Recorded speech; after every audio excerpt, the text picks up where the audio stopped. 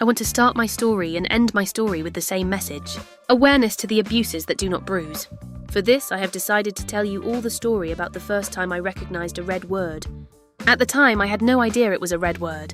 I have only recently discovered them. It took nearly 40 years to see them for what they were. But my feelings in the moment I am about to share have been held as a deep hurt my whole life. The first thing you need to know is that there has never been an abuser who has not been a victim. There has never been a victim who has not been an abuser. When it comes to the red words written on our pages, we have all played both roles. It is a part of the human growth necessary for a social creature to keep civility in their societies. The testing of our personal worth that shapes our character. We all have this guilt inside of us. The guilt of choosing to cause an intentional harm for a selfish gain. We can attribute some of our bad behaviours to our ignorance of the red words staining our actions. We can also hold the hurts of those moments within us, guiding our choices in life. To heal, we have to know the self as it is, including the worst parts of it. We do not have to like it, love it, or hate it. We only have to admit to ourselves the truth of who that part of us is, and give it its due respect for existing within us. It is a part of the whole, and if we hold contempt for ourselves in our failures in this regard, the red words remove our ability to appreciate ourselves entirely for who we are. It gets confusing when we have been abused to see the truth of the reality around us. I know this is a hard reality to accept when you have been excessively abused throughout your life. This is why my first story I would like to share with you the first time I knew I was the abuser. I grew up in a 1 square mile village, half of which was cornfields. There wasn't a person in town who did not know who my family was. We were the family with the walnut tree in the front yard, on the dead-end road that opened up into one of the cornfields.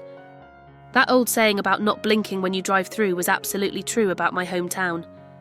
There were quite a few families that had children all around our ages, and we all lived within walking distance of each other's houses. On school days, we would walk together the few blocks to the school, and when school was out, you could always find one of us at the other's house. Childhood was easy back then.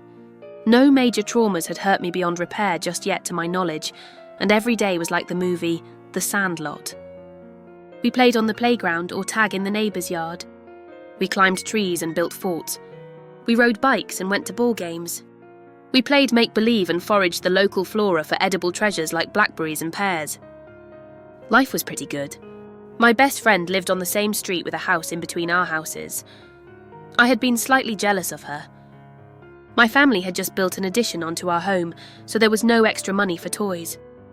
She had a rainbow bright doll and a bright light, but her pride and joy was her blue angel bicycle. It was all blue with a banana seat that had clouds on it and tassels in the handles. I desperately wanted what she had. One afternoon, a group of us kids had gathered to play on the swings together. There were not enough seats for all of us to swing at the same time, so we had to take turns.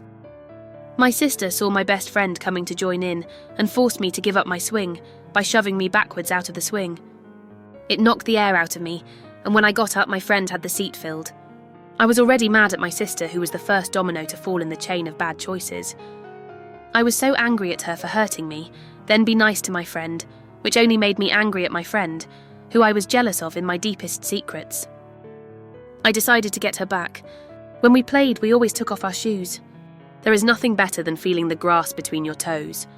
Prior to being unseated, I had watched my best friend remove her brand new sneakers and socks. They were sitting, ignored by all the playing children except for me.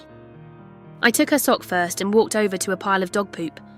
I picked it up with the sock and tucked the poop into the brand new shoes. When we were all done playing for the day and the streetlights were about to come on, our sign that we were supposed to be at home for dinner, we all began to put our shoes on as fast as we could. We were going to race each other home at my suggestion. I knew she wouldn't look in her shoes for a race.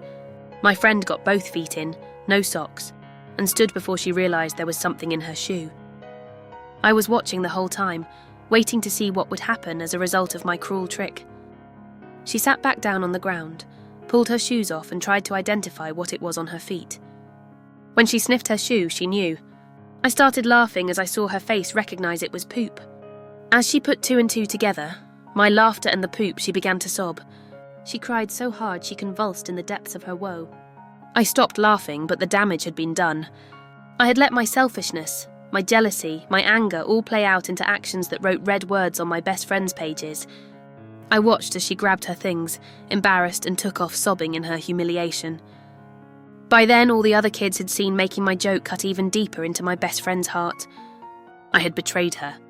It did not take long for all of us kids to leave the scene of the crime. I lingered in my front yard looking down at her house, wondering if she would ever play with me again. Would she ever forgive me after I'd been so mean to her for no good reason? Before I knew it, her mum came charging out of their house, looking behind her every few steps to encourage my friend to keep up. I knew what was coming because the fury was written upon her face. She stopped about 3 feet away from me and proceeded to chew me out for every nasty thing I had done to her daughter. All I could think about was how I had been in situations where I had sobbed so desperately for someone to care for me, only to find that those who were supposed to be there were the ones causing my pain. I understood at that moment I was guilty of being an abuser. I had not been considerate of another's pain. I had let red words move me to project that pain outwardly, onto someone innocent. I had hurt someone I loved for my own pleasures. My friend was just standing there beside her mum, half hidden by her body from me, shielding herself from her abuser, me. Her mum told me I was not allowed to play with her daughter anymore. My heart dropped. After they went home, all I remember is being lost in my guilt. I wanted to take it back. I wanted to not have hurt her, because now she was gone from my life. I had ruined my best friendship with the most wonderful person. I cried myself to sleep that night trying to think of ways I could earn her forgiveness. Many of us have gone to bed crying, thinking about what we did that cannot be taken back. We understand the severity, but we have never been taught how to make it better. We were never told that red words cause pain to others as much as ourselves. As we grow, many of us have been manipulated through our experiences where we felt we hurt somebody. Some people will lie to your face to get you to feel for them, to satisfy their need for compassion.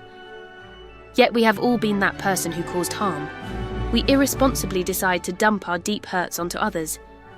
It gives us a quick fix of superiority, boosting our lacking self-esteem, thinking it eliminates our pain. We understand that the red words just keep hurting everyone, but we can use them ourselves to get what we want. The damage goes beyond the incident every single time. The red words spread out in every direction like a light bulb being turned on, creating more red words in everyone's stories. We can replace purple words with red ones, but it never changes the reality within our story. The same plot points play out, we just have better words to describe our actions. We need to forgive ourselves before we can genuinely seek forgiveness from others. Forgiveness is not the indifference or the ignoring of offences you have committed. Forgiveness is understanding how you hurt others, then changing those habits in your future decisions. No abuser was not a victim. No victim was not an abuser. And there has never been a victim that caused their own abuse. The red words keep us blind to the reality we live. Our shame keeps us from trying to live better. Forgiveness of self and others lies in the purple hearts once we can describe the abuse. Every once in a while we have a moment where we can see what we are actually doing. We no longer see our own entertainment in our actions. We see how our entertainment has affected others. We see how the red words read within our stories. There is a silver lining to this reality. This was awareness to the harms of red words. You know your part in it and how much it hurts others, because you too were hurt at some point in your life. We all have a built-in sensor to make us aware of our hurts, including our feelings. It is that first language of us all for many emotional hurts, crying. Do not let the red words drown out your awareness.